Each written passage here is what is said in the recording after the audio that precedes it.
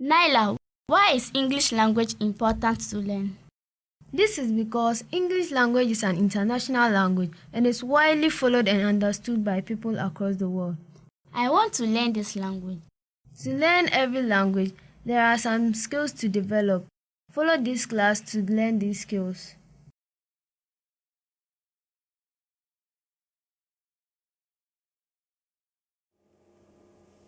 We welcome you to our program for the day. This lesson is the last part of our Series 2, and we are going to look at all that we have studied so far. Class, you are welcome to the program. We are going to look at the differences between informal letters and formal letters. Throughout this series, we've discussed letters, and we looked at outline of informal letter and that of formal letter. We are going to bring the two together and see the differences so that anytime you are writing, you shouldn't have a challenge at all. Let's look at the objectives for the lesson.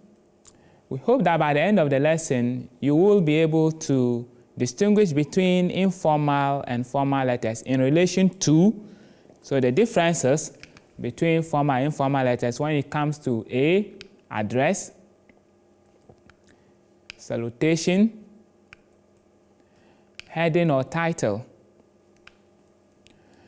the body, that is in relation to language, the body in relation to introduction, the body in relation to conclusion, then subscription, then the recipient as well.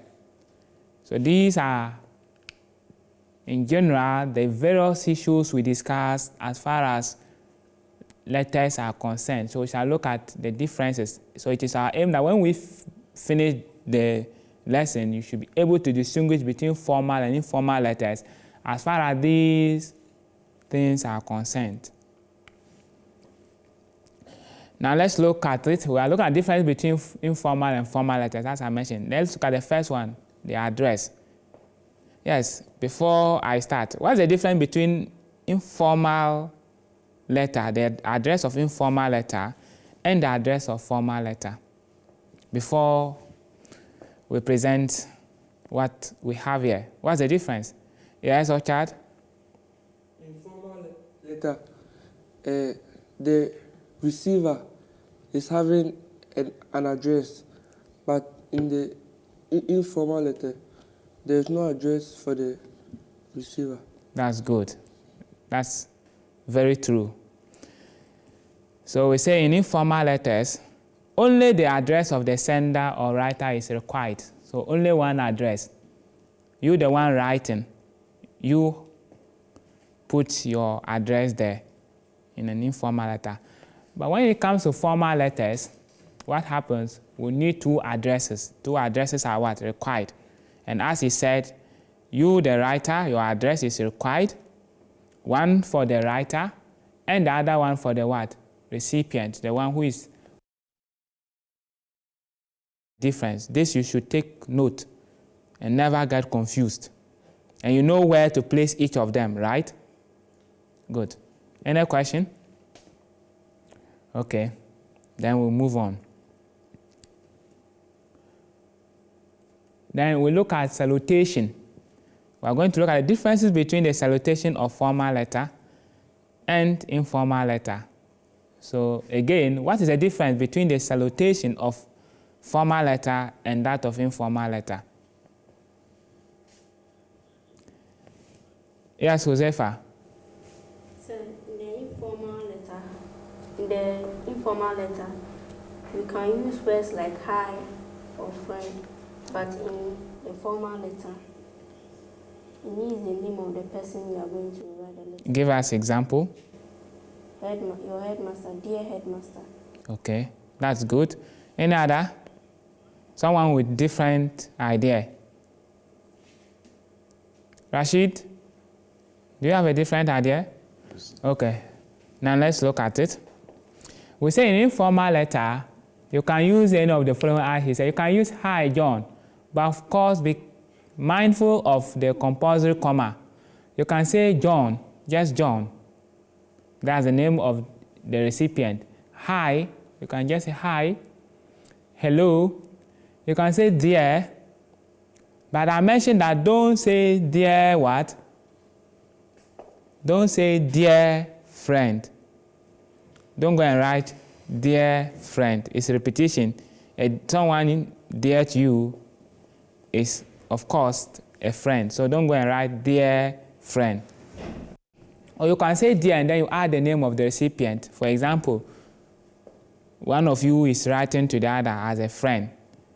So let's assume Ahmed is writing to Orchard. You can say dear Orchard. So that is where the name of the recipient is. So you can use any of these in informal letter. Informal letter, we say you use dear sir, again with our compulsory comma, or dear madam, our compulsory comma. Of course, you say sir for a male, and you say madam for what? A female.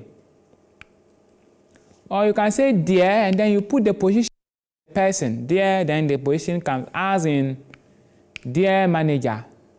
It's a position someone occupies. So you are addressing the person by his or what? Her position. Dear manager.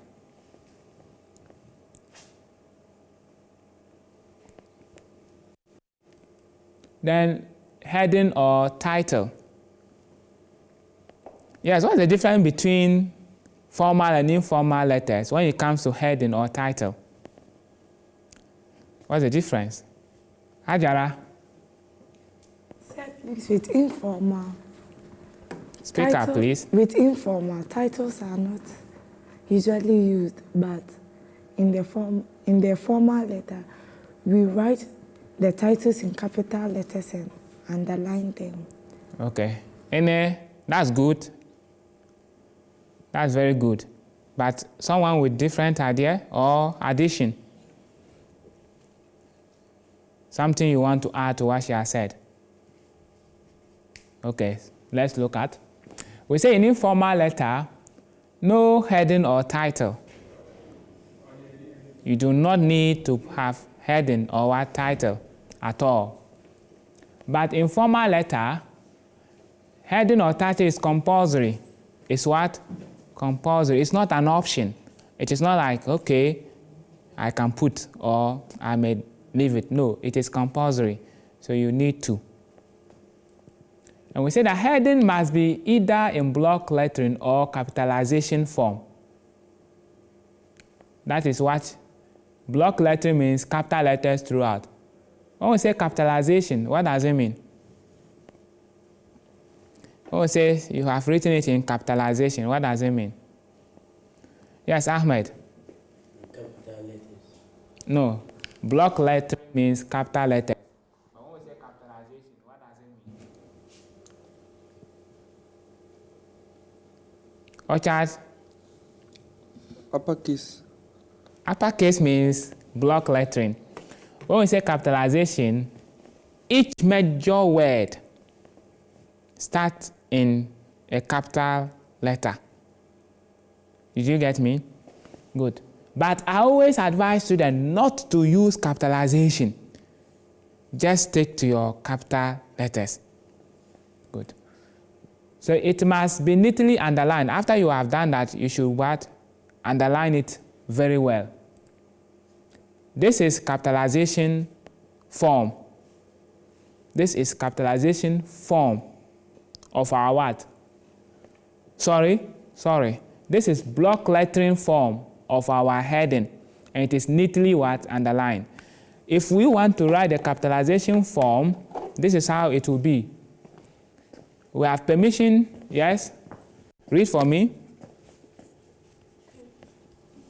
Read the heading. Permission to be absent from school. This is the capitalization form. Permission start with capital P, right? Good. Then the rest in small lettering.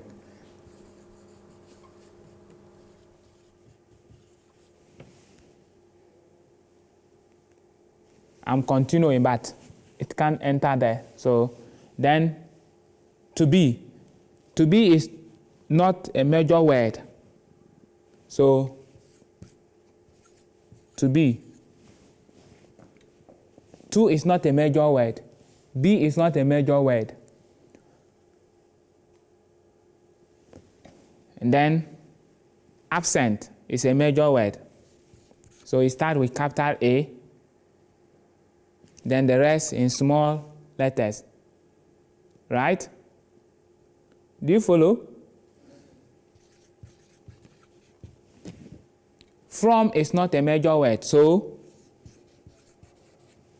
school is a major word. So capital S.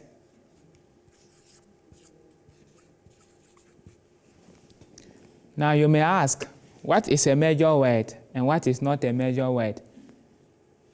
Nouns,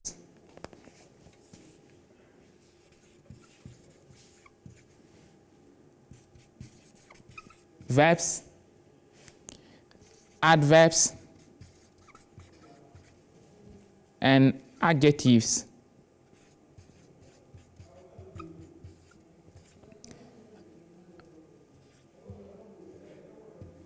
Are the major word classes in English. So if the word is a noun, as it is used in the statement is a noun, it should start with a capital letter. If it is a verb, but not in all cases, like to be, like this, or it is an adverb, those things. But when we talk of major words or major word classes in English, we are referring to these four. So this is capitalization form. But I always advise students, do not go this way, because you have the tendency of making the unpardonable mistakes. So just use what? Capital letters throughout. Use capital letters throughout, as I have done. Good. Now let's go on. Then the body. The body, we are starting with the language first. What did we say about the language of formal and informal letters? That brings the distinction between them. What are the differences between the language of a formal letter and that of informal letter? Sarah? Sir, please, in informal letters, we can use proverbs and idiomatic expressions. Good. But in formal letters, it is not allowed to use them. Okay, that's good. There's more that can be said. Any? Yes, Ahmed? In formal letters, constructed forms are not allowed, but in informal letters, constructed forms are allowed. Okay, that's good too.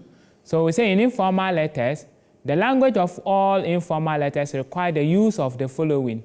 You see, take note, require.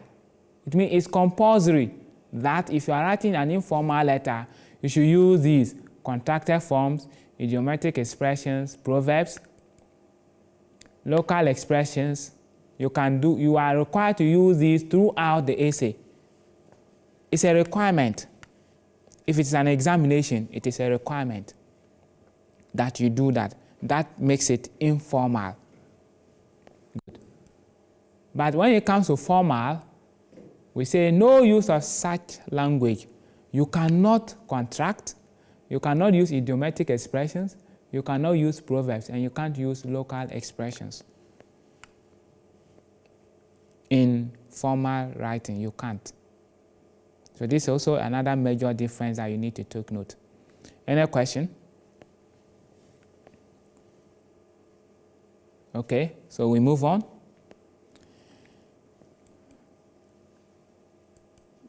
And then we are looking at the body in terms of introduction. Body language, we finish. Body, when it comes to introduction. Yes, what did we say about the two formal letters informal letters when it comes to introduction? What did we discuss? Yes, Josefa? Sir, in the informal letters, you cannot use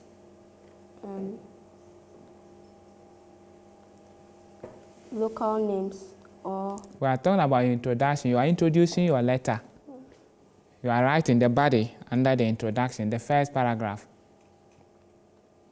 Orchard. In the informal letter, you can start with, I am happy to write you this letter. But in the formal, you are reporting or you are asking something. You have an idea. You have forgotten the most important aspect. Yes, Ahmed, you were not here when we discussed that. Any idea? No idea. Yes, Hajara. With the informal letters, you can ask about the person's health and much more of the person. But with the formal, you just go straight to what. Okay, so let's look at. We say in informal letter, exchange of pleasantries is required. What you were trying to say by I am very happy to write that those ones trying to know about the health condition of the recipient. Trying to greet. Like when you meet a friend for a very long time, the way we try to express our joy meeting such a friend again, you all have had that experience, right? Yes, you've met someone for a very long time, you are meeting the person, the way you express yourself. You can do that in informal letter. In fact, not you can do, you are supposed to do that. Good. But in formal letters, you give a brief purpose of your letter. Why are you writing? The purpose, like what Sarah did. Sarah, read your introduction of that letter. Let's listen. Last Friday, I entered in my classroom after breakfast time and I saw two boys and a girl fighting over one table. Good. It is telling us a brief information about the fight. Do you get that? And that's a very good introduction. Let's hear your introduction, Ajara. On 25th May 2018, there was a fight between two students in my classroom. So you are also starting to give a brief view of the introduction. It's not bad. Yes, Josefa, that will be the last and then we continue. The reason why I'm writing this letter is because I want to change my school. Okay, it gives us a brief information about the what? The letter. There's no exchange of pleasantry like how are you and those kind of things. You don't do that in formal letters when you are introducing. So as I say, no exchange of what? Pleasantries. Good. Now let's look at conclusion part. How do we conclude when it comes to formal and informal letters?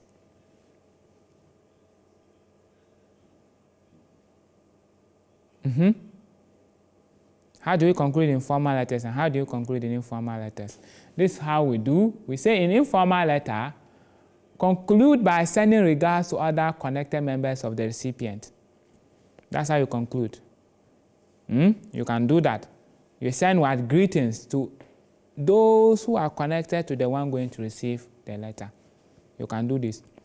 Or you can talk about anything that has no direct link to the letter. Something that is outside the reason you are writing. Let's assume you're writing to your friend about an examination you have written. The assignment maybe you just wrote in our previous lesson. The essay is about that. The letter is about that. But you have finished saying everything. what do you need to now do? You can talk about any other thing. So in informal letter, this is compulsory. You have to do any of these. It's compulsory in informal letter. But let's come to formal. In formal letter, you conclude by summarizing the main issues in your paragraphs. The things you have said in your paragraph, you summarize them. Do you understand? Good. So that's the difference. And take note, in your letters you wrote, most of you did not summarize. So don't forget this. It's important when it comes to formal letters. An informal letter is open to you. We say do not introduce any new issue in a formal letter. Don't introduce any new thing. Good. Then we also say in informal letter, use any of the following. Your friend, that is a subscription. Amos, that is under subscription. Or yours sincerely, then Harith, your name. Just your first name, that's all. Or ever yours, Doris. You can use any of these in informal letters. Just, you don't need your full name. No friend of you miss you and calls you by your full name. No. Some even shorten your name, right? Yes. Do your friends, Josefa, how do your friends call you at home? Jose. Good. So you can write and just put that. What of Sarah? How are you called at home by your friends? Saira. Can't hear you. Saira. Okay. But that Sarah is not your full name. Good. So you can do that. But when it comes to formal letter, you use only this, yours faithfully. That's the only one allowed. And then you should have your signature and then your what? Full name. You should have your signature and full name. Good. And then the recipient. We are saying that in informal letter, the recipients are always friends, persons within the age group of the writer. They are your friends. Those you are writing to are your what? Your friends. But in formal letter, the recipients are only people in positions. You are writing to someone in position. Good. Any questions so far on these differences? Okay. If there is no question, these our discussions bring us to the end of our lesson on letter writing. We looked at formal letter and informal letter. Viewers at home, until we meet you again with another series, we are most grateful for your attention and we hope you've enjoyed your lessons with us.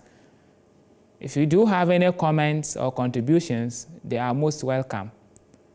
We hope to meet you again for another set of series. Until then, we say Assalamu alaikum wa rahmatullahi wa barakatuhu.